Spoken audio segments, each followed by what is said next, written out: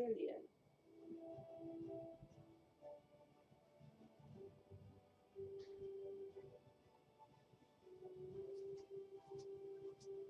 And now the news in details. Federal government, the Minister of Transportation, Rotimi Amici, said that the maritime security project to secure the Gulf of Guinea (GOG) would be launched in Lagos in June by President Muhammadu Buhari. The minister made this known when the Belgian ambassador to Nigeria paid him a courtesy visit in Abuja. According to his statement, he said the crisis in the maritime sector is the maritime insecurity and it is more complex than the world knows, but the federal government has come up with a solution and it is ready to take off. He also notes the Navy, Police, Army, and State Security Service are involved. If it is successful in the near future, there will be improvement in maritime security, and then other countries in the Gulf of Guinea can adopt it. However, he stated that he will be glad to partner and share information with anyone who wants information for the purpose of securing the GOG.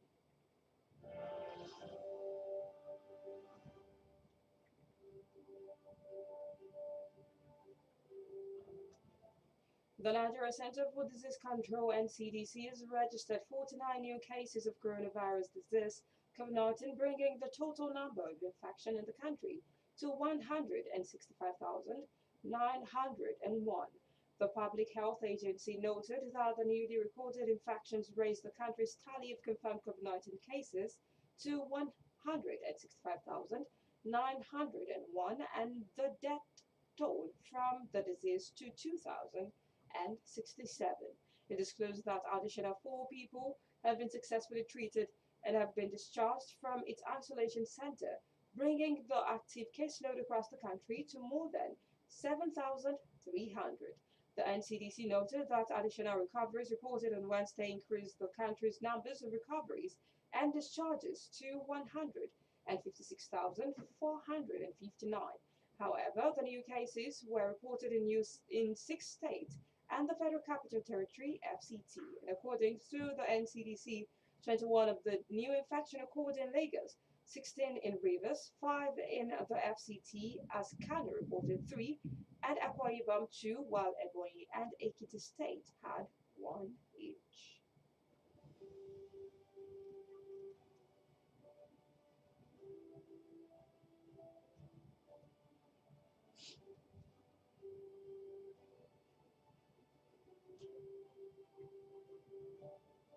The Oyo State government has declared today as public holiday.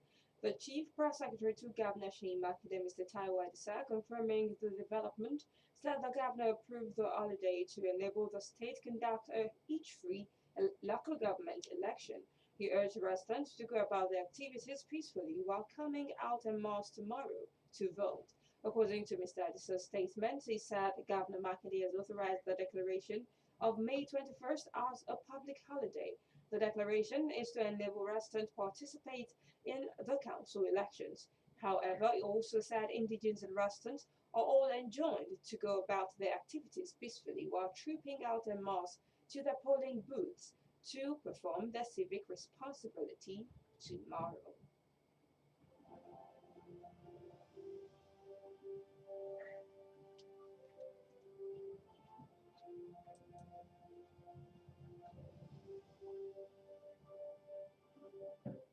You're still listening to the News at 10 on Solid Radio. Still to come is the foreign and sports news.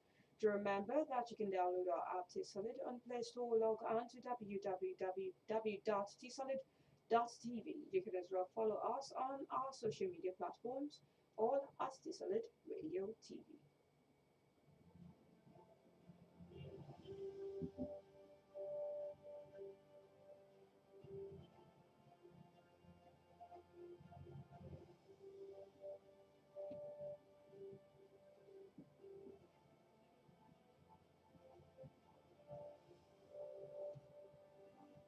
And after some foreign stories, the United States has completed the process of removing Sudan from its list of state-sponsored terrorism.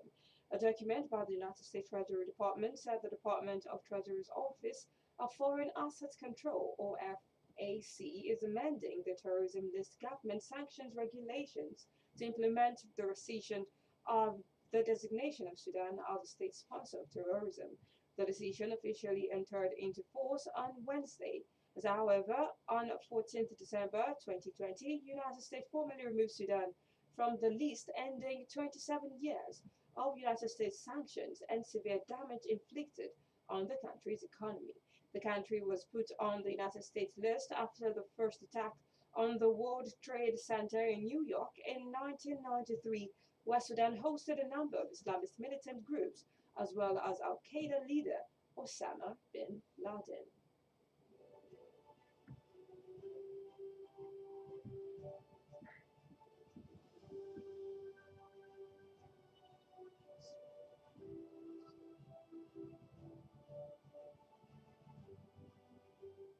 A decision by Kenya's parliament to exempt Japanese companies, consultants, and employees from income tax has sparked uproar.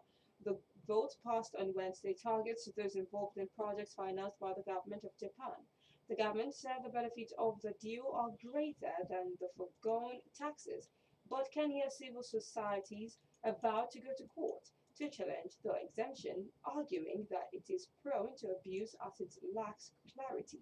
Tax Justice Network Africa, Albion Masioma, told a newsman that it is not very clear that you define as a Japanese business.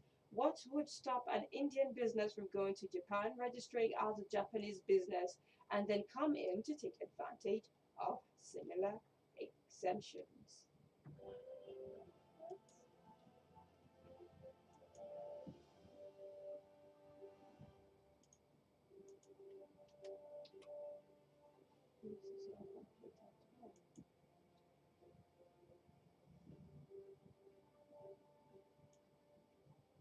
Former Ghanaian President John Mahama has withdrawn his acceptance as a Special African Union AU envoy to mediate talks over the political crisis in Somalia. He said the proposed assignment required that he enjoy the unalloyed support and cooperation of all political stakeholders. The AU appointed Mr. Mahama as its special representative to Somalia on 7th May 2021, but the Horn of Africa country questioned his impartiality.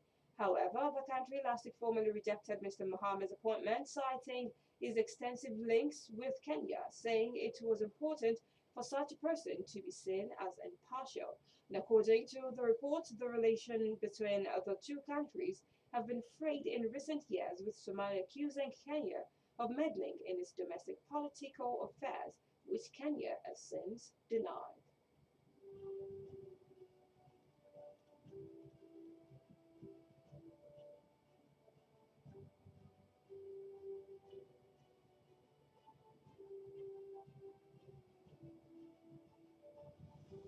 And finally, in the exciting water sports this morning, European football clubs are forecast to miss out on 8.7 billion euros, about $10.6 billion in revenue as they struggle to cope with the devastating financial fallout from the coronavirus pandemic.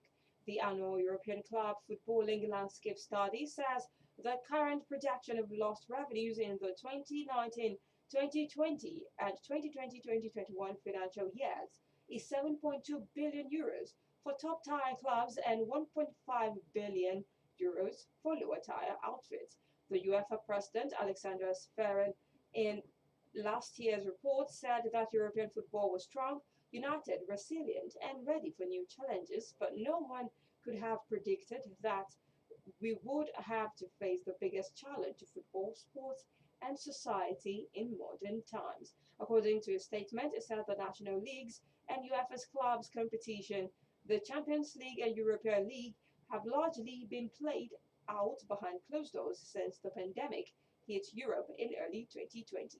And as a result of slashed budgets, transfer spending by European clubs and last year's summer window plummeted by 39%.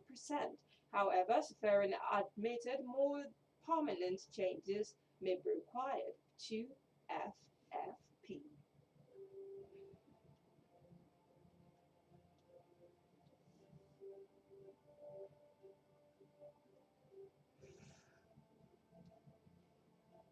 And with that, come to the end of the news. Here is a recap of the major headlines. Federal government launched maritime security project. Nigeria records 49 new infections. United States implement removal of Sudan. And in the world of sports, you heard European clubs set to lose 8.7 billion euros. To ensure that you go by all precautionary measures to stay safe from COVID-19, as recommended by the WHO and the NCDC. To remember that you can download our app T-Solid in Play Store or log on to www.tsolid.tv. You can as well follow us on our social media platforms or at T-Solid Radio TV. The news was compiled by Bamishaye Blessing. I am Mobola Badekale. Good morning and thank you for listening.